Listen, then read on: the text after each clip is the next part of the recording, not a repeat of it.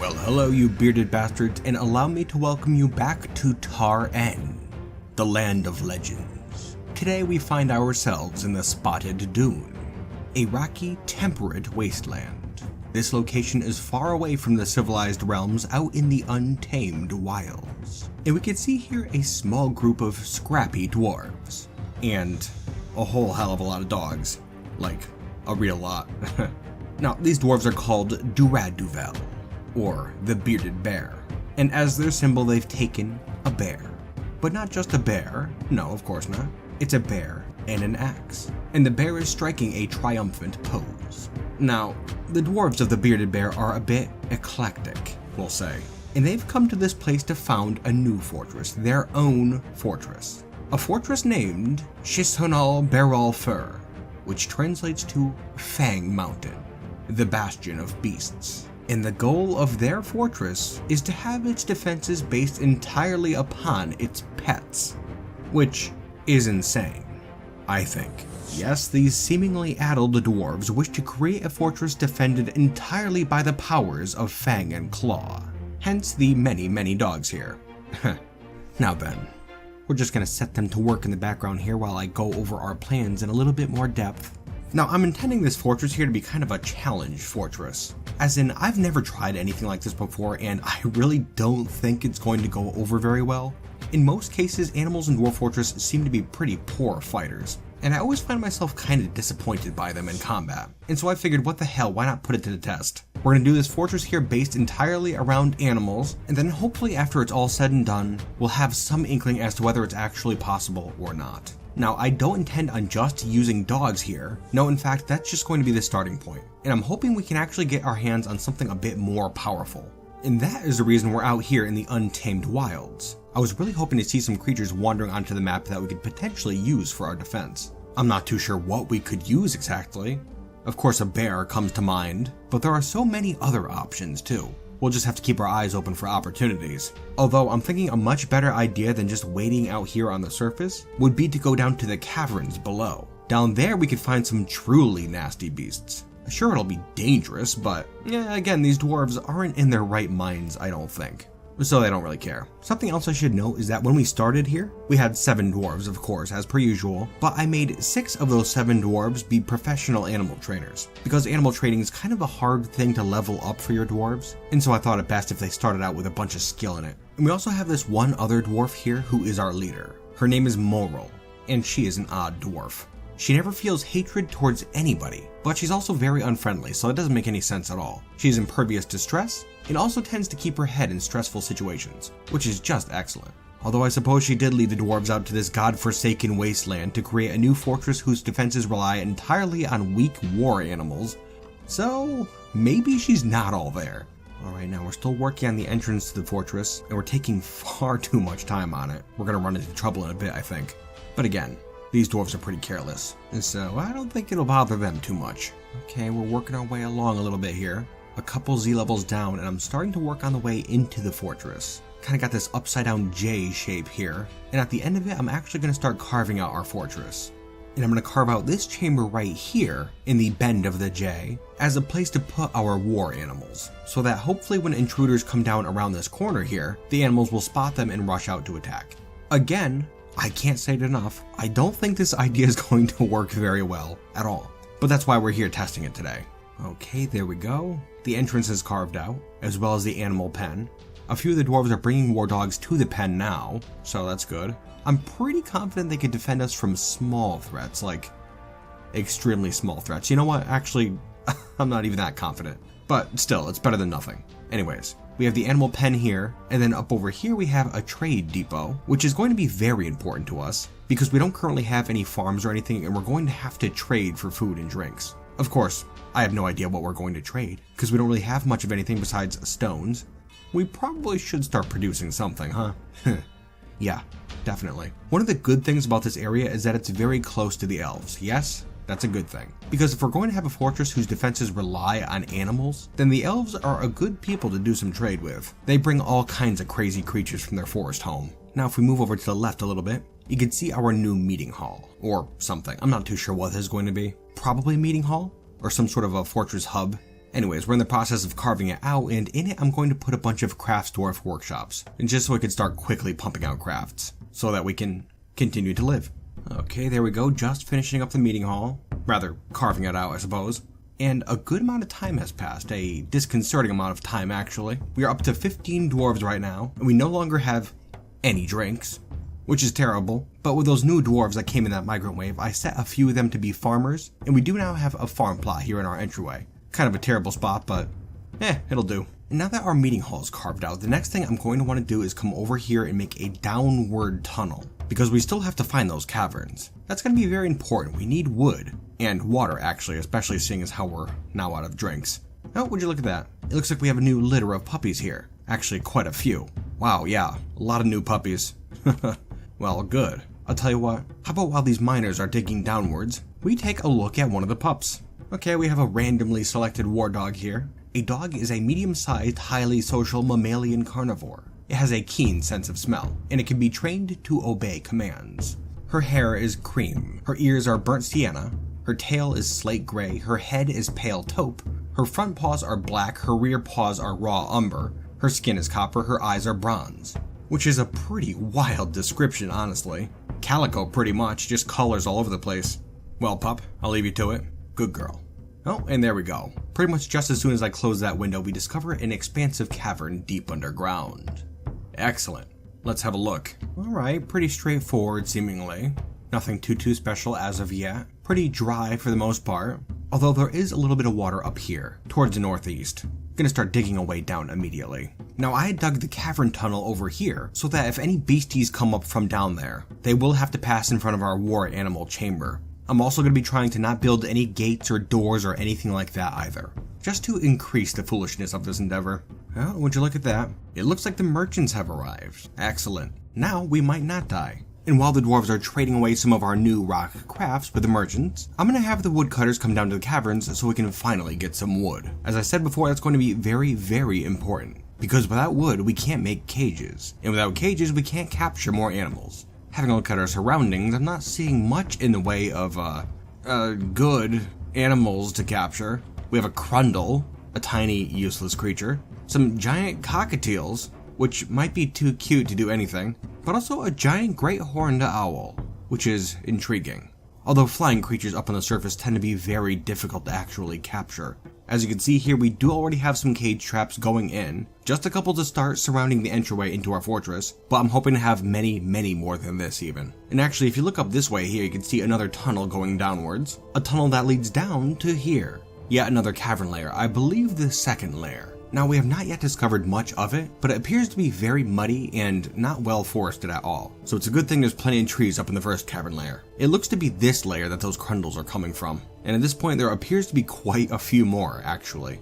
Still though, they would make very poor protectors for our fortress. Unlike this little beauty up here, a Veracious cave crawler. Very interesting. Let's have a look at that, shall we? A Veracious cave crawler is a huge cave monster with hundreds of feet moving along the bottom of its long body. In place of a head, it has an enormous toothy maw. His skin is midnight blue. Very interesting. You know, Veracious cave crawlers are enormous, as it says. Like significantly bigger than a cow, or even a moose, which really is saying something. Though these creatures are not known to be particularly intelligent at all, I think we could still tame them. They just can't be trained for war as far as I know. And I'm saying all this assuming we can actually catch the creature. Now having a look here, the crawler is down in the third cavern layer. That's right, we actually just discovered this layer. Oh, and what is this? Oh my goodness, would you take a look at that? There are two of them here.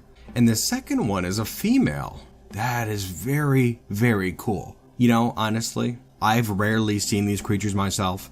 And when I started this fort in particular, I was really hoping to see some of them. So this is extremely exciting for me. I'm just really hoping I'm not getting my hopes too high on catching them though.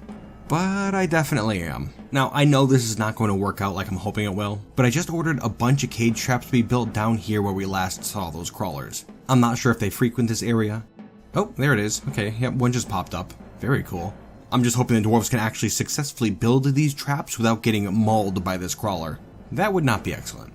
No. But without risk, there can be no reward. Oh. And what's this? It looks like our miners have made an additional discovery down in the third cavern layer. A vein of adamantine, the legendary ore. That is exciting. And here it is, just a tiny little bit of it here in the cavern wall. Well, I don't suppose it'd hurt to just carve this little bit away, right? It can only really benefit us. I mean, come on now. Oh, let's hold up a second here. I just spotted a crawler heading up the stairway into the fortress. Yeah, it's heading straight in. Alright, watching here.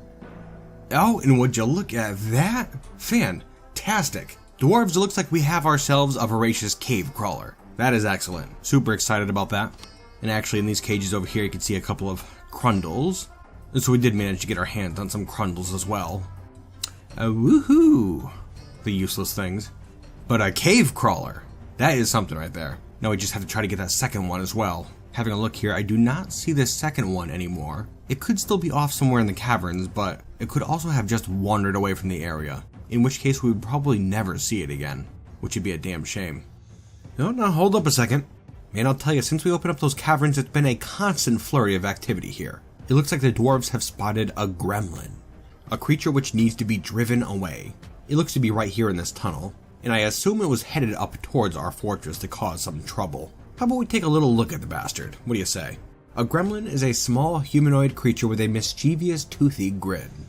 This particular one has low cheekbones, a prominent chin, a clear voice, a somewhat broad nose, somewhat tall ears, green skin, and yellow eyes. I should also note that gremlins are very, very small. About twice the size of a cat, and they also have this annoying thing where they like to go into fortresses to pull levers. In fact, I'm sure that's what this one was doing. But currently we don't have any levers to pull in the fortress. Oh, and it looks like the idiot has wandered right into our war dog pit, and has gotten bitten a couple of times, I think. Yes it was. And I don't know where the hell it's headed right now. It looks like the dogs are no longer attacking it, and now it's just off to start a new life on the surface. Well, best of luck to you, gremlin. Oh boy. And in keeping with our parade of horrendous creatures to wander up from the depths, here we could see a blind cave ogre that I believe just exploded one of our war dogs. These are terrifying creatures. Utterly. Enormous too. And there looks to be two of them heading directly for our fortress. Although one of them is now stuck in a cage trap, which is excellent. And here comes the other crawling along. Yep, here it comes. It has stopped, laying on the ground, observing its friend perhaps, who is now caught in a cage trap. What are you doing? Oh, well, actually it looks like the second one here is pretty badly wounded from a scuffle it just had with a war dog as it headed up towards the fortress. That's pretty surprising, actually. I really don't know what it's doing right now. It seems to be content just laying next to its friend here. Its friend who is now being taken to the fortress. Alrighty. Oh, there we go. Okay, so now this one's caught in a cage trap too. So we now have two blind cave ogres, which is okay. As we saw there, they really aren't the best combatants, apparently. See, this is exactly what I'm saying. Animals in Dwarf Fortress always seem to be kinda disappointing. Like, these creatures here are enormous. In fact, you know what? Here, let's take a look at them. A blind cave ogre is a large, cavern-dwelling humanoid monster. It has a gaping mouth with many sharp teeth. It has no eyes and only 2 digits on each hand and foot. Their skin is white. And so yeah, they are nasty and terrifying creatures. Huge too. Like, that can't be understated. These things are almost as big as a cyclops or an etten, and only really a bit smaller than a giant. And so while they are a bit smaller than other similar giant kin, they are still considerably bigger than an elephant even. Yet still, look at this poor, sad animal, all broken apart by a war dog. Oh boy. It's a shame we couldn't train the thing and then put armor on it and give it a weapon perhaps. Then it would be a real formidable force, but as it is, I'm not sure how much use things like this could be. A damn shame. Man, constant activity, I'll tell you. It looks like an elven caravan from Addled has arrived, which is very good. As I said, they do tend to like to bring animals with them. And actually, we had already done some trading with them in the background. And we managed to get a Jaguar, however the hell you want to pronounce it. It doesn't matter. We managed to get one of these big cats from them. which is very interesting because they are a bit bigger than our war dogs, and they can be trained for war too, which is just excellent. Not many of the creatures that you can catch are trainable for war, and when they are trained for war, then they tend to fight with a bit more skill, and they also tend to be a bit more aggressive as well, which is very important. Let's have a look at this creature, how about? A Jaguar is a large, muscular, spotted feline found in tropical jungles. It is solitary and stalks and ambushes its prey. She is muscular, her hair is orange with black spots, her skin is pale chestnut, and her eyes are green-yellow. Very cool, definitely. Cooler still is that I saw one of these things wandering around outside the fortress a while back, but I didn't think much of it. But you know, on second looks, these might be excellent creatures for our defense. Also, another interesting caveat is that these things have a litter of about 3 cubs at a time, I believe. And I'm thinking that's going to be important when it comes to defense. It'd be nice to have some giant hulking creatures, but it doesn't take much to take those big beasts down. And so if we have a creature type that is trainable for war, that's a plus. And also something that can replenish its population fairly quickly, that's going to be very important as well, I'm thinking. I still have no idea. And more likely than not, I'm completely wrong. Anyways, moving on. If you have a look in our animal stockpile here, you can actually see a couple of other types of creatures as well. Yes, we are pulling creatures in from the caverns like crazy. And so let's just keep having a look at them. These capital D's here, of which we have 3, are Dwarf. And a Dwarf is a large, long-bodied grazer with a thick mane that feeds on the tops of tower cap mushrooms deep under the earth. This one's hair is yellow, his skin is ecru, and his eyes are brown. Now, you want to talk about big creatures, these things are pretty huge as well. Dwarfs are about half the size of an elephant. So yeah, they have some considerable heft to them, but they are just benign grazing creatures. They can be fairly dangerous, but are not known to attack. You certainly can't train them for a war, and so I'm not too sure how useful they can be to us. Still, it might be useful to get a pasture full of these things so that we can raise them for meat and bones and leather. Yeah, that would be a pretty damn fine idea, I think. Might have to put some thought into it, especially because we have 3 of them, 2 females and a male. A perfect opportunity. Next up we have a selection of rats, including a large rat that we caught. We only have 1, and it is described as a huge rodent found underground. This particular one is incredibly skinny and her hair is black. Her skin is dark brown and her eyes are black as well. Now, large rats are of no use to us, period. They are a bit smaller than a dog and they cannot be trained for war or anything like that. Plus, they only live about 3 years, so not much we could do with that really. But then we have the giant rats, which are quite sizable indeed. Yes, giant rats are about the same size as a grizzly bear or a lion, somewhere in there. But they're not aggressive and they also cannot be trained for war. Plus they still only live for about 3 years. And so despite their fearsome appearances, they would not make great fortress protectors either. A damn shame, but we're probably just going to end up butchering all the rats.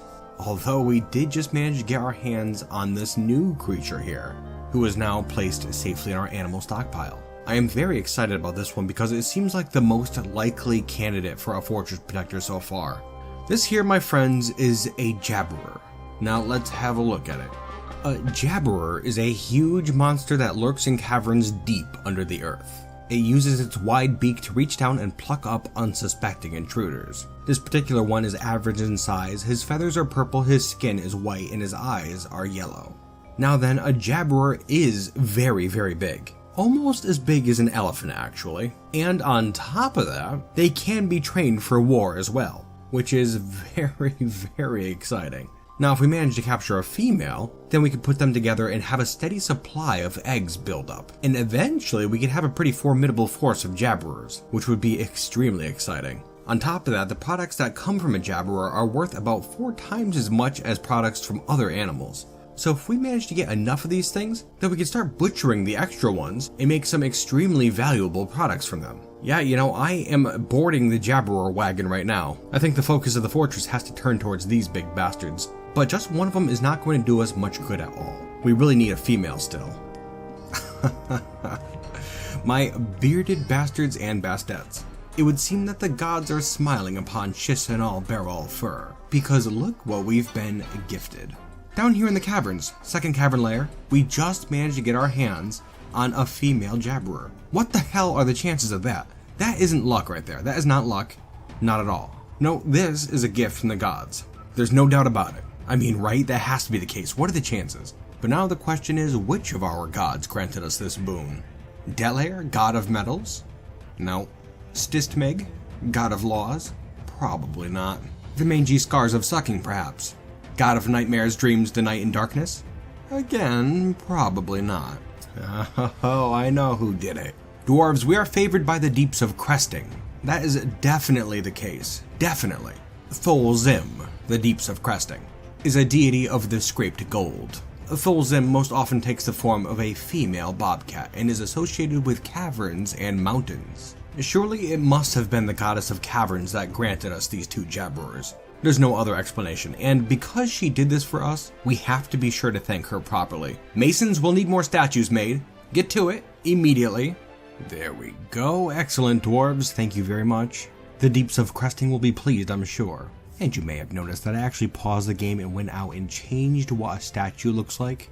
And so that's why these look like little bobcats here. You may have noticed already, I've been trying it out recently in these short 4 episodes. Kind of a neat little cosmetic trick to mess around with. Anywho, zooming out a bit, you can see our new meeting hall. Yeah, I was kind of on the fence about making that big room down there our meeting hall, and I decided not to. Instead, our meeting hall will be up this way here. Surrounded by these rooms, a whole bunch of them, and I'm hoping to put our animals in these rooms. Each room will be devoted to a different type of animal. Just give them a little place where we can keep an eye on them and where they can stretch their legs. I think that'd be pretty nice. Just got a few other touches to put on there before we actually put the animals in though. And while we get those pens finished, I also have another project out here, right outside our main gate. What it's going to be is kind of a retractable cage, I guess. It'll be a square and each of the 4 walls will be a bridge that can be lowered. And I figured that inside this pen we'll release a couple of blind cave ogres. I'm not too sure what else we could do with them, so I figured this would be better than nothing. I know we do now have 5 of the brutes, so maybe they'll be a bit more effective in combat. I don't know, but I suppose we'll find out. My original idea was to carve out a chamber in the wall of the entryway into the fortress, and then put these blind cave ogres in there. That would be a bit easier, but I really don't want them anywhere near our fortress. Oh wait, you know what? I'm a fool. Scratch that. Just came up with a much better and easier to implement plan. Just a moment. We'll just rip this stuff down. It'll take 2 seconds. Just a moment. Oh boy. Here we go. Our first big challenge. You know, I was really hoping to put our war animals up against a goblin siege, but it looks like our first challenge is going to be a forgotten beast. Its name is Pestrat, a towering hairy spider. It has a curling trunk and it belches and croaks. Beware, its poisonous bite. Okay, alright, a poisonous bite. Really, as far as forgotten beasts go, that's not too bad. And I'm not gonna get my hopes up, because the only way we can defend against this monster is a pack of war dogs. That's it. Well, no matter. It's not like there's much we could do about it anyways. We're just gonna have to let it happen. And here we can see the creature moving in through the first cavern layer straight towards the fortress. Oh, it is killing one of our Dralthas, and oh boy. This thing does spray webs, which is just awful. That's terrible. We're basically screwed. Yeah, here it comes. Okay, moving straight in. And it's at the fortress level. I paused the game. And we're going to start taking things rather slowly. The thing has a poisonous bite, but I forgot that because it is a spider, it does have webs as well, just by default. And that is going to screw us up royally. Right, I'm not too sure what it's doing right now. I am advancing time slowly, but for some reason it seems to be kind of stuck here at this corner, as this dwarf slowly ambles down the hallway towards it. Oh, okay, and there we go. We have some webs, and that dwarf has died. I don't know why I paused there. Oh, but now it's going and advancing towards the war dogs, spraying webs all over the place. The panicking war dogs are now completely webbed up, and the spider is just wading in. These dogs do not stand a chance. Not at all. Well, this is gonna be bad. This is gonna be really bad, actually. Like, super terrible.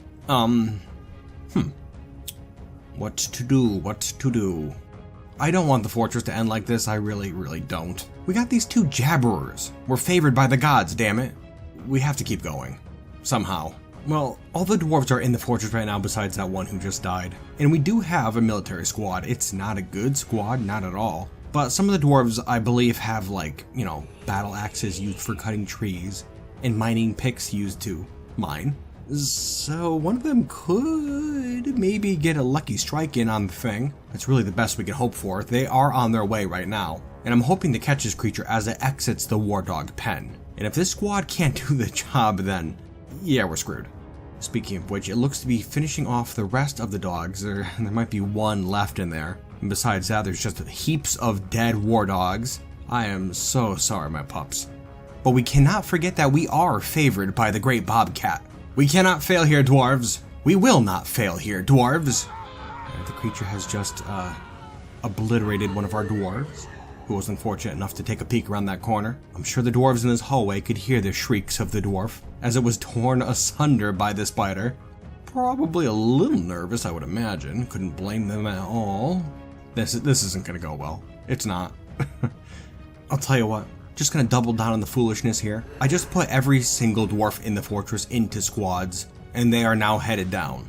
Oh, it looks like the spider's moving. It is now out of the war dog pen. A dwarf has died. I'm seeing some webs here. Come on, get in there, dwarves. It's not going good at all. I think all those dwarves in that squad are dead. Yeah, I mean, the dwarves are gonna come down this hallway here, see the creature who's just gonna cover them all with webs. One shot of webbing is going to just cover every single dwarf that enters this hallway. Come on, we need that lucky hit, dwarves. I had said originally that this fort is going to be defended by beasts. Well, let's show this spider that we are the most dangerous beasts around. For the bobcat, let's do this, dwarves. There you go, get up, come on. Come on, somebody get a hit in. Just break one of its legs, smash its head in. Come on, please, one of you. Just gotta get that lucky hit, please. No, nothing? No luck? Nothing at all. Well, that's to be expected. Population is now down to 16 dwarves. I think we had nearly 50 when this started. Yeah, the spider is completely unhindered as it marches through the fortress, slaughtering everything in sight. Dwarves are falling like leaves, while the puppies over here are just losing their minds. I'm so sorry, pups. God, this is cruel. Alright, let's gonna speed things up a little bit here. Yeah, the spider is just going crazy now, killing dwarves, spraying webs, the puppies are falling. Absolutely monstrous, but it's not like there's much we could do at this point, I don't think. You know, I suppose that's what we deserve for trying to defend our fortress with such a flimsy premise. Just foolish, really. I'm not too sure what the spider is doing right now. I guess destroying a workshop? I think that's what it's doing. Taking a while. Well, you know, at this point we have basically no dwarves left. I think there are 5. 2 of which are children, and 2 of which are already gravely wounded in our little makeshift hospital here. We only have 1 fighting dwarf left, and it's Edsel, our expedition leader. Well, I'm gonna tell you what. I have the game paused right now. I don't know how long this spider's gonna take over here. Kinda hard to say. But our boy Edsel has a little plan. He's assigned as a miner right now, and does have a pick, and he's got a little bit of digging to do. And just because we're at the end of the episode, pretty much, I'm going to skip forward a tad. I'll be right back. Alright, here's the plan. We're going to dig out this tunnel right here, a very, very narrow tunnel. And this entire plan is going to rely heavily on whether or not that spider stays in that same exact area. Which it did not. No, it moved. Okay, great. But that's fine. Just a little bit of a modification here. Should still work out. Yeah, stay right there, spider. Just gonna have to get all these damn animals out of the way first. Yeah, that's right, Edsel. Bring them up towards the entrance. Thank you. Spider is still in that spot. Fantastic. We have to set this plan into motion. Go ahead, Edsel. Carve away this remaining stone. Almost there. Okay. Now here we go. For the great bobcat. Let's do this, Edsel. Taking things slowly. Edsel's moving in. Hacking away the stone. And there we go. A section of the cavern has collapsed. Oh boy. Right on top of the spider. Phenomenal. Okay. Well, I'm gonna tell you what. At this point, the fortress isn't doing well at all. I'm sure you could see that much. And at the current juncture, there are only 4 dwarves left. This spider must have killed one of the 5 that remained. 4 dwarves now, 2 children, 1 is severely wounded, and Edsel. All starving, terribly thirsty. What will happen now? I'll tell you what, I like a challenge, but I'm not sure if I like it this much. At this point, our only hope is that a new group of migrants arrives. And if that doesn't happen, then there's not going to be much we could do. Tell you what, I don't really have a good feeling about it, but I think we're going to do one more episode of this fortress. It'll be a mess, I'm sure. Well, it already is a mess, but I'm kinda interested to see how this plays out. Well, my bearded bastards, I certainly hope you enjoyed watching the rise and fall of Fang Mountain, but the question yet remains, will Fang Mountain rise again? Well, we're just gonna have to find out next time, won't we? I thank you for joining me, and I certainly hope you'll join me next time here in Chistonal Beral Fur, Fang Mountain, the Bastion of Beasts. And until then, my bearded bastards,